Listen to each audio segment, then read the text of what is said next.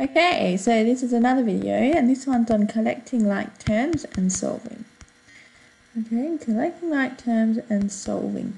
So this is if you're up to about question 6, and you'll notice that you'll get questions like this. 15a equals 18a plus 27. So what's different about this? Well, we no longer just have a on one side of the equation, we've got it on two sides. And so before solving, if we remember our rules, we 1, expand brackets. Well, we don't have any brackets, so we're good there. But 2, we collect like terms. And these are like terms. All right, they've got the same variable, which is a, so they're like terms. So before we go anywhere, we have to collect like terms, which means we want all the a's on one side of the equation. Now, you might find it easiest to take away so that you get positive a values, but I'm just going to always take away to the so that I get all the a's on the left hand side of the equation. Totally up to you though, and it depends also how comfortable you are with negatives. Alright, so I'm going to collect like terms, which means if you've got 15a and 18a and they don't have a sign in front of it, they're really positive, alright, they're really added. So I want to get rid of 18a from this side of the equation. How am I going to do that? I'm going to take it away. Alright, so I'm going to get 15a equals 18a plus 27. But I want to get rid of 18a from this side of the equation, so I'm going to take it away from this side of the equation. And of course, because you know the golden rule, what you do to one side you have to do to the other, you're going to also take it away from this side of the equation. So you're going to get 15a take 18a equals 18a take 18a plus 27. And then you can cancel those out. This is 18a take 18a plus 27. So you're going to end up with 15a take 18a, and that is negative 3a. You put 15 take 18 in your calculator, you will get negative 3. Now don't think because you're taking a's away that you get rid of the a's. You think if I had 5 apples and I took 2 apples from you, you took 2 apples from me, I would then have 3 apples. I wouldn't have 3 nothings. It's the same thing when you're taking away and you've got variables. You've got 15 A's, 15 apples, you're taking away 18 apples, you get negative 3 apples, not negative 3 nothings. So don't get rid of your A. Alright, so you get negative 3A, and that's going to equal 27. So now we've collected the like terms, we have all the a's together on one side. So the final step is our building step and our solving steps. To understand this, you really need to watch the first video. Building steps and solving steps. Building steps are, what do I do to get a to go to negative 3a? And that is, I do a times negative 3. Because negative 3a is really negative 3 times a. Alright, a times negative 3 is the same as negative 3 times a. So to get from a to negative 3a, I multiply by negative 3. To solve that, I'm going to do the opposite. I always do the opposite to solve. So to get rid of that negative 3, I'm going to divide by negative 3. I'm going to divide by negative 3. I've got lots of dots going on now. Divide by negative 3. I'm going to divide that side by negative 3, remembering that a fraction, putting that line there, is really a division sign. And because I divide that side by negative 3, I also have to divide that side by negative 3, because what I do to one side of an equation, I have to do to the other. Otherwise, my equation gets unbalanced. You've got one on top of the other. They cancel. Remember, when you're cancelling, you're not actually getting rid of it. You're just dividing by itself. So it doesn't become 0 times 1. It becomes 1 times a.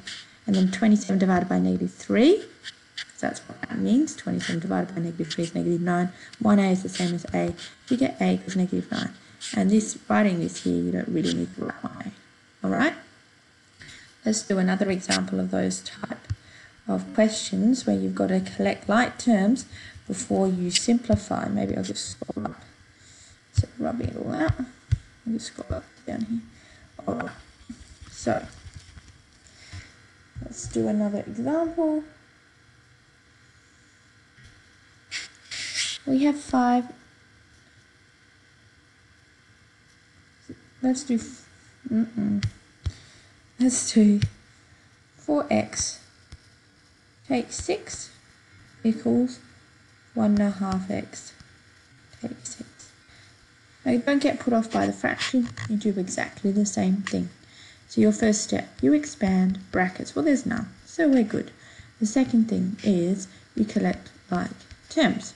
Alright, so obviously the x's and the x's are the like terms. They're the ones which have a variable in them. They're the ones we want to collect together, so we only have one variable in this whole equation. So I've got positive 1.5x added to this side and positive 4x on this side. To get rid of that positive 1.5x from this side of the equation, I'm going to take it away.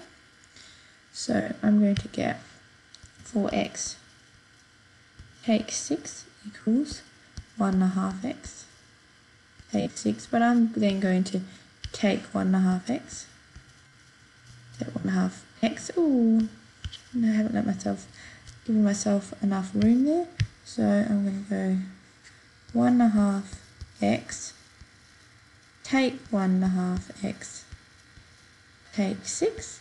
Now I've taken 1.5x from this side, I've got to take it also from that side. Take 1.5x, that's an interesting 1.5, take 1.5x. Okay, now how are you going to sort that out?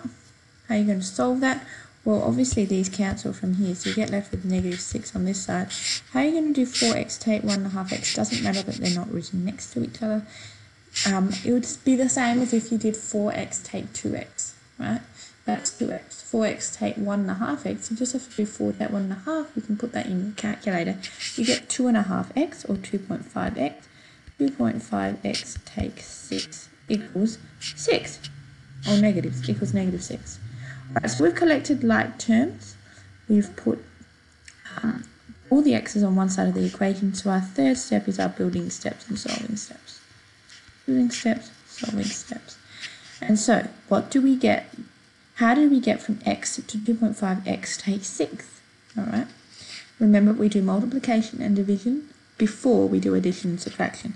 So we must have gone x times by 2.5, which gave us 2.5x. Then we took 6 and we got 2.5x take 6. That's how we get there. So we times by 2.5 and we take 6. So how do we solve this? Well, we go back the other way. We do the opposite of take 6, which is plus 6, and then we do the opposite of times by 2.5, which is divide by 2.5. Alright, so let's have a go at doing that. Oh, I rubbed out one too many lines, that's right. So a line here was 2.5x equals negative 6. So the first thing I'm going to do, take 6 equals negative 6. So the first thing I'm going to do is add 6. So I'm going to go 2.5x take 6 add 6 equals negative 6 add 6. Take 6 add 6 of course cancels out because they're the opposite of each other, equals negative 6 plus 6. Negative 6 plus 6 is 0. So we get 2.5x equals 0. Alright, then we're going to divide by 2.5. That's our next step over here. Divide both sides by 2.5. If you divide 0 by anything, you just end up with 0. Because if you divide nothing by anything, it's still nothing. You can't, if you've got a vacuum and you divide it up into 2, you're not going to suddenly get a whole lot of stuff in it. Nothing divided by anything is still nothing. Now we've got 2.5x over 2.5. We can just cancel those. And we get x equals 0. Beautiful. That wasn't too hard. Alright, so these are to help you with doing question 6.